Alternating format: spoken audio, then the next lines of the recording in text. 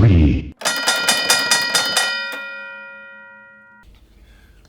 우리가 앞서 두 번의 이야기를 통해서요, 한덕수 권한대행의 말도 안 되는 행위에 대한 이야기도 좀 짚어봤고요. 또 윤석열 대통령을 빨리 체포해야 된다 이런 말씀도 드렸고요.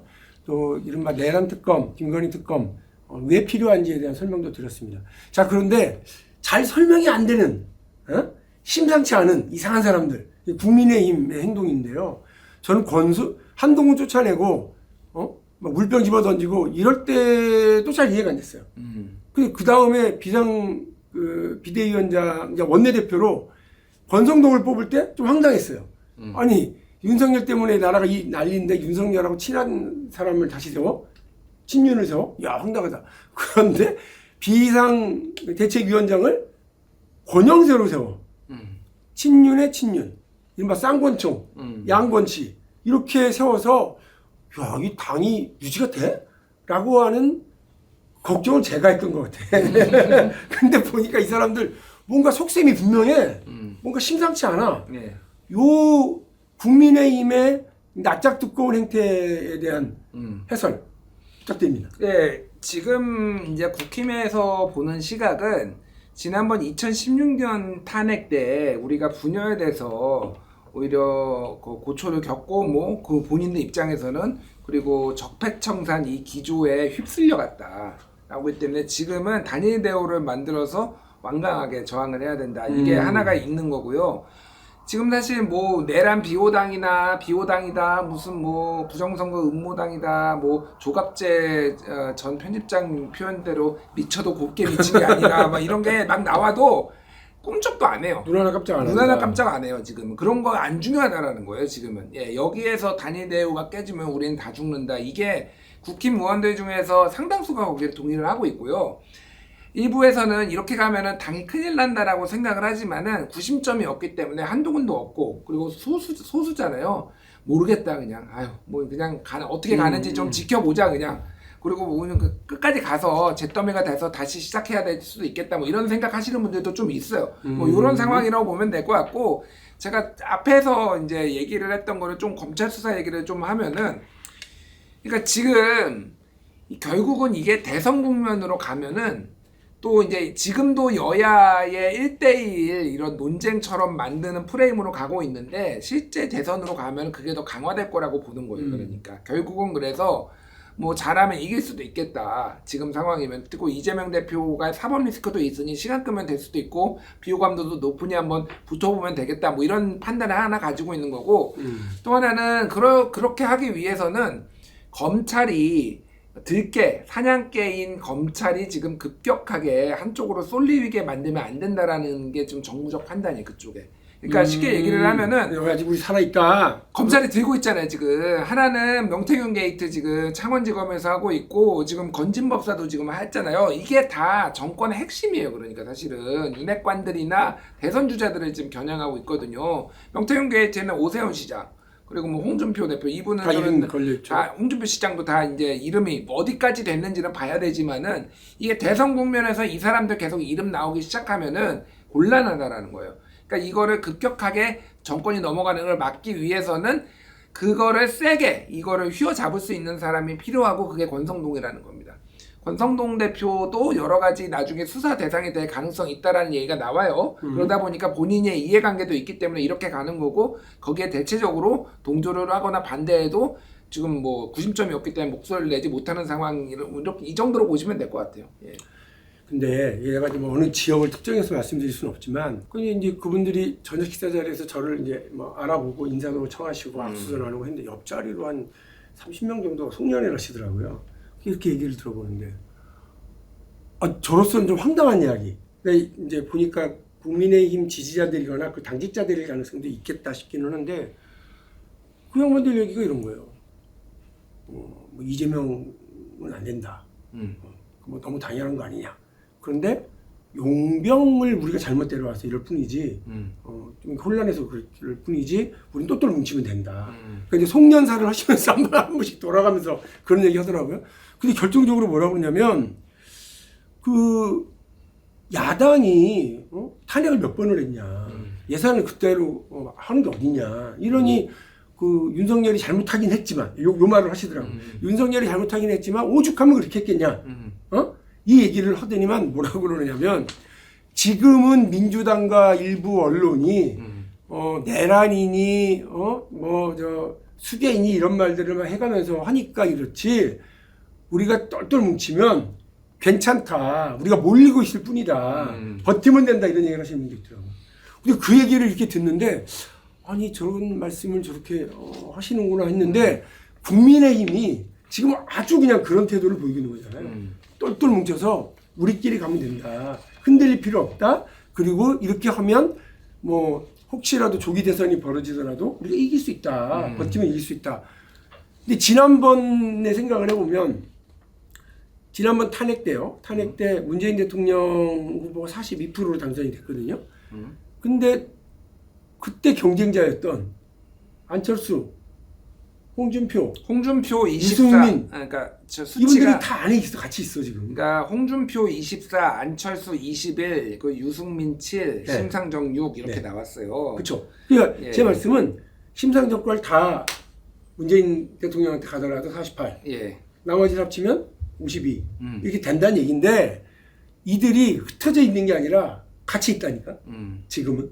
그러니까 말씀하신 것처럼 국민의힘이 바보라서가 아니라 우리가 요 대우를 유지하면 52를 유지하고 갈 수 있다라고 하는 대신 그 바보라서 그러는 것이 아니라 뭔가 그 자기들끼리는 각오하고 계산이 끝난 일들을 저렇게 하고 있는 거죠. 다만 대신 이 일은 국가도 경제도 우리 서민들도 아랑곳하지 않고 자기들만 생각하는 거예요. 정말 나쁜 사람들인 거지. 낯짝 두껍게 사는 거죠. 그러니까 자신들의 권력, 자신들의 기득권을 계속 유지하거나 확장시켜 나가는데 몰두하면서 수출 기업들 죽어나가는 거, 노동자들 실질 임금 떨어지는 거, 주식시장 투자했던 투자자 개미들 거의 뭐 피눈물 흘리는 거 아랑곳하지 않고 이렇게 가겠다는 거거든요. 이렇게 계속 국정이 무한공전이 반복되고 또 한덕수랑 손잡고 오히려 그 국정도 혼란을 부추기면서 검찰한테 뭔가 워닝을 주고 수사기관들한테 눈치를 주고 이렇게 하게 되면 자기들의 기득권과 자기들의 힘은 유지할 수 있을지 모르지만 국가는 그야말로 정부는 우리 대한민국은 그야말로 국민들은 그야말로 정말 이렇게 구렁텅이로 그냥 떨어져 버리는 건데 이런 걸 알아보도 하지 않는 이 작자들이 이거 어떻게 해야 되냐 정말 답답한 일인 거죠. 일단 저는 뭐 다 동의를 하고요. 다만 이제 그 2017년 대선의 그 득표를 이제 해석을 할 때 예를 들면은 안철수, 홍준표, 유승민을 다 합쳐서 보수가 더 많다라고 보면 안 되는 부분이 있기는 해요. 왜냐하면은 그 안철수의 표에는 문재인 후보가 마음에 안 들어서 일부 이탈한 호남표도 있고요. 예를 들면은 그렇기 때문에 이거를 단순하게 안철수를 이제 보수로 분류하고 이렇게 하면은 안 된다라고 저는 봅니다. 지금 상황은 그래서 이게 뭐 근데 그들이 그렇게 생각을 하는 것과 대선을 한번 붙어볼 만하다고 생각을 하는 것과 그리고 실제 그렇게 되는 그 결과가 나올 거라고 저는 보지는 않는데 특히 지금은 내란 상황에 대해서 이렇게 뻔뻔하게 엄호하고 있는 이 상황에서 상당수의 많은 국민들이 그 TK의 일부의 그런 분들이 있게 저는 이게 좀 놀랬죠. 수도권이나 이런 데에서는 완전히 다르고 TK도 여론조사 보면은요 한 6대3 정도로 탄핵해야 된다 아니면은 계엄이 잘못됐다라고 이미 나오고 있는 상황이에요. 그 JTBC가 얼마 전에 보도했는데 윤석열 사진 붙여놓은 거 지금 다 뗐다라는 거예요. 식당, 뭐 시장 이런. 밥맛 떨어지잖아. 일단 그러니까 싸운대요 사람들이 그거 보면서 거기에서 자기들끼리. 그러니까 안 되겠어서 다 내려줬을 정도로 안 좋은 거는 맞고요.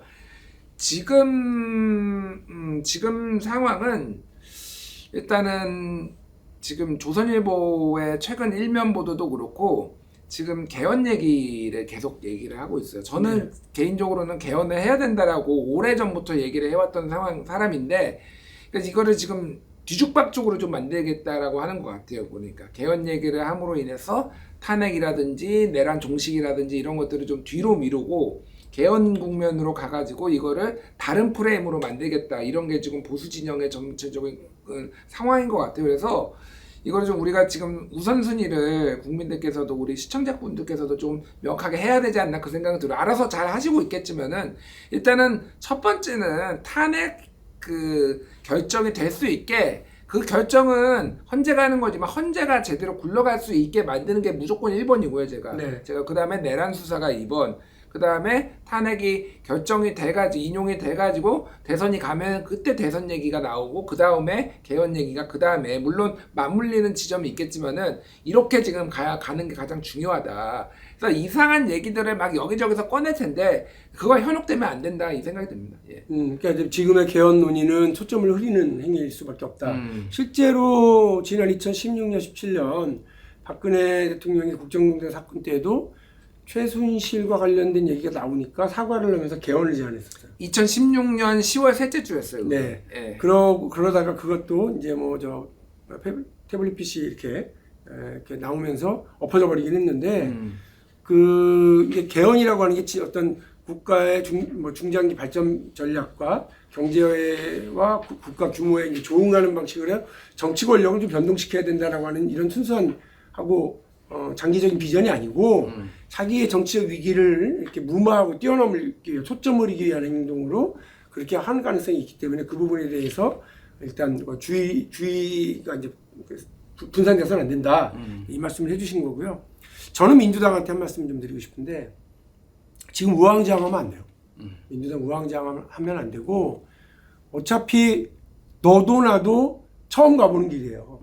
그리고 이런 황당한 상황 저렇게 뻔뻔하게 오히려 이렇게 나오고 버티기로 일관하는 사람들이 곳곳에 이렇게 있는 상황에서 민주당이 어떻게 하느냐가 국가의 대한민국의 오늘과 내일을 그냥 결정짓는 거거든요. 그래서 민주당이 저는 우왕좌왕하지 않아야 된다. 지난번에도 한덕수 탄핵한다 했다가 갑자기 이틀 미루는 그러니까 2시간 만에. 그러니까 저는 이게 뭐 옳고 그른 걸 떠나서요. 저는 뭐 늘 신중하게 잘해야 된다라고 하는 입장이지만 그거를 미리 그렇게 내놨다가 2시간 만에 처리했다가 이틀 기다려봤다가 오늘 또 탄핵한다 그러고.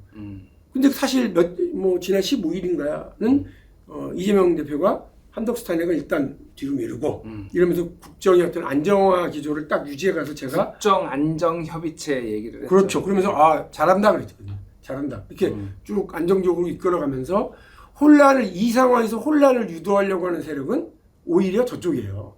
우리가 오히려 이게 안정화시키고 이거 끌고 가야 되는데 이런 면에서